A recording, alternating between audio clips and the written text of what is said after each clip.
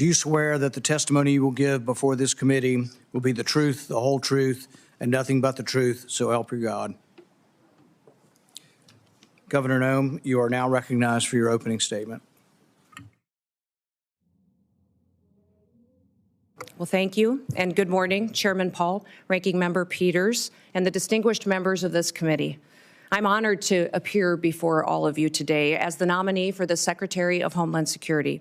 I want to thank President-elect Donald J. Trump for his confidence in my leadership and the people of South Dakota for their fantastic support throughout my time in public service.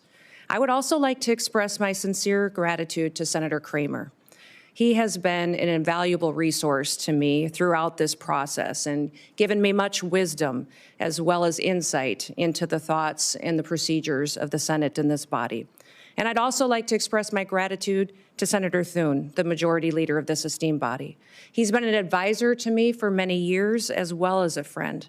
And I'm so grateful for the generous support of these two men and their willingness to be here this morning to speak on my behalf and to introduce me to this committee.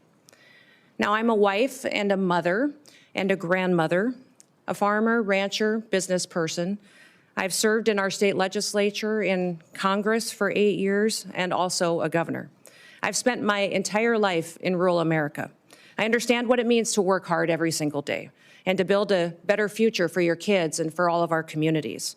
I come before you today with a deep sense of responsibility and a humility as the nominee to lead the Department of Homeland Security, and also a commitment to the more than 330 Americans who we will work together to help serve and to keep safe and secure in their homes and in their communities. Now, before I proceed, I want to introduce to you my husband, Brian, who's here with me today. He is my constant 24/7 reminder of our dedication to public service and that it's not a solo effort or done alone. He has been a rock by my side, and I appreciate all of his love over so many years. I'm grateful that he's here with me today. Now, securing our homeland is a serious, sacred trust that must be relentlessly pursued and can never be taken for granted. Being safe within our borders here in America is critical, and yet Americans feel less safe than they have felt in decades. For the first time in 30 years, more than 40% of Americans are afraid to walk alone at night within a mile of their homes. President-elect Trump is going to change that. I've seen firsthand the challenges and the opportunities facing our great nation. In the 20 years since the Department of Homeland Security was formed, the nature of the threats to our homeland has grown and they've evolved. This department was created in response to the failures of the government that led to the September 11th, 2001 terrorist attacks. And that reality is not lost on me, especially in the wake of the recent terrorist attacks over New Year's. Now, I've led South Dakota for the last 6 years with a focus every day on making our state safer, stronger, and freer. I've focused every day on making the best decisions, not just for right now, but for generations to come. I've overseen a state budget of over $7 billion and a state employee workforce of more than 13,000, including more than 7,000 that report directly to the governor. I've addressed important issues like cybersecurity, human trafficking, drug interdiction, and also natural disasters, the same challenges that are facing so many of you and the people that you represent back home. I've secured our state and supported the rule of law. And if confirmed as the 8th Secretary, that is the same approach that I will take to leading the Department of Homeland Security. As we face the evolving threats of the 21st century, the mission and the success of DHS is more critical than ever. We must be vigilant and proactive and innovative to protect the homeland. The challenges in front of us are extremely significant, and we must secure our borders against illegal trafficking and immigration. We must safeguard our critical infrastructure to make sure that we're protected against cyber attacks, respond to natural disasters, and also terrorism. I firmly believe that we can meet those challenges head-on with resolve. Innovation, we can use collaboration with federal and with state partners. And senators, I want your input. Border security must remain a top priority. As a nation, we have the right and the responsibility to secure our borders against those who would do us harm. And we must create a fair and a lawful immigration system that is efficient and is effective and that reflects our values. President Trump was elected with a clear mandate. He needs to achieve this mission because 2/3 of Americans support his immigration and border policies, including the majority of Hispanic Americans. I was the first governor to send National Guard troops to our southern border when Texas asked for help and when they were being overwhelmed by an unprecedented border crisis. If confirmed as Secretary, I'll ensure that our exceptional, extraordinary Border Patrol agents have all the tools and resources and support that they need to carry out their mission effectively. The same is true of my commitment to the outstanding men and women of the U.S. Immigration and Customs Enforcement. They are responsible for apprehending, detaining, and deporting illegal immigrants. And getting criminal aliens off of our streets and out of the country will help American communities be safer again. The bravery and the dedication of the Border Patrol and ICE are unmatched, and I will restore dignity to their work.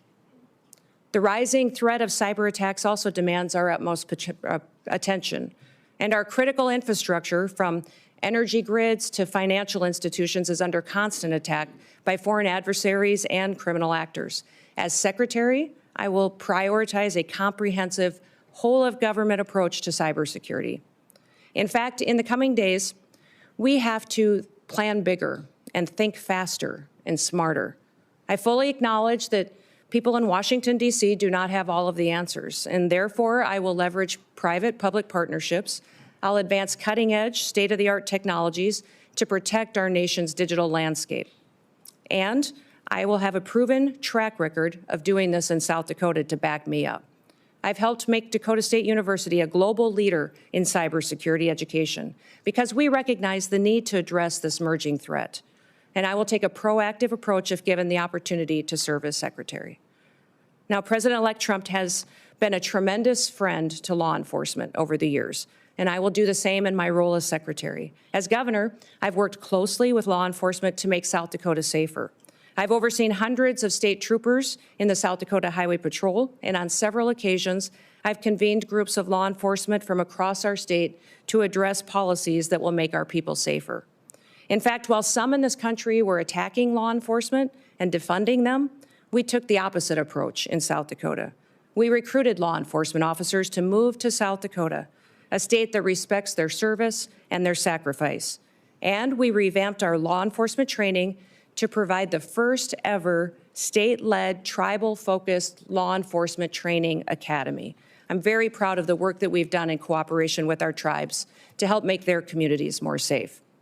And we must remain vigilant against terrorism and against others who wish to do us harm to our country and to our great people. I'll ensure that our intelligence and our law enforcement agencies are working together hand in hand, that they're fully equipped to detect, prevent, and respond to threats from radical ideologies and foreign adversaries. This requires resources, coordination, and collaboration across all levels of government.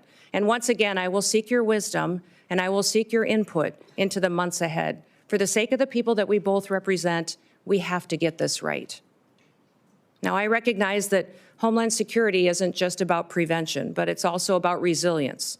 When disasters strike, as we know they will, the Department of Homeland Security must be ready to respond swiftly, efficiently, and effectively to protect the lives and the property of Americans. As governor, I've worked with FEMA in response to a dozen natural disasters in South Dakota. These have included historic floods, tornadoes, blizzards, wildfires, a derecho, and even a global pandemic. As Secretary, I will enhance our emergency preparedness and strengthen FEMA's capabilities, and we will ensure that no community is left behind, and that life-saving services like electricity and water are quickly restored. As Secretary, I will oversee the Secret Service, an agency that is in serious need of reforms. We all saw the threats to President-elect Trump last year and the consequences of failure. Now, that should never happen again. And I've worked closely with my own gubernatorial protective detail, and I'm familiar with what works and what doesn't work. And I'll bring that experience towards strengthening the Secret Service once again. I'm committed to working with this committee, with Congress, and with the dedicated men and women of the Department of Homeland Security to fulfill our mission. And together, we can ensure that the United States remains a beacon of freedom, safety, and security for generations to come. So thank you for the opportunity and the honor to appear before you today. Thank you for the meetings and the time that you took in your office to discuss the department and what we can do in the future to make the American homeland much more secure. I look forward to your questions, and I hope to earn your trust, and hopefully also your vote as we embark on this critical work together. With that, Mr. Chairman, I yield back.